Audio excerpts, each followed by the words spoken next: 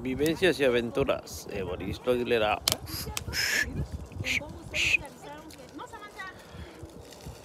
¿Qué pasaron? ¿Qué pasaron? Avisaron que ya no van a dar que vaya la gente. Ya no, ya lo cierraron, nomás se cierra este tiempo. Ya hasta noviembre. Samantha, te vas a venir quemando, no pases por aquí, te voy a aventar a la lumbre. No estés jugando con la lumbre. No juegues con la lumbre, Samantha, porque te quemas el bari. Siéntate mejor. Dámelo. Deja de estar jugando. No es para jugar. Es muy peligroso el payo. Te quema tu bari.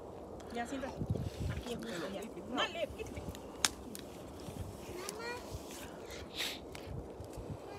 Ya no te pares, siéntate ahí. Ten justo ahí. Viene la noche y aquí andamos con una alumbrada y a una temperatura como de 45 grados. No, hombre, qué ganas. Giovanni, falta la buena idea, dice Samantha. Sí se siente rico, Baristo. Se siente rico estar aquí ahorita.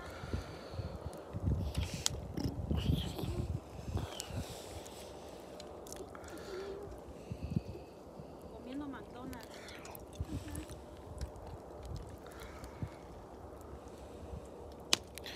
Comiendo McDonald's.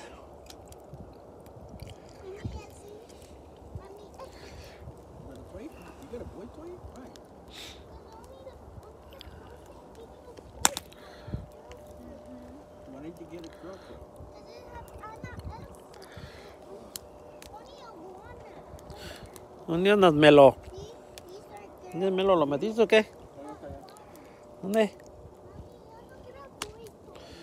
A mí que se lo llevó el búho. No, sí, más que está todo negro, ni se mira. Voy a tener que poner pañales también al místico,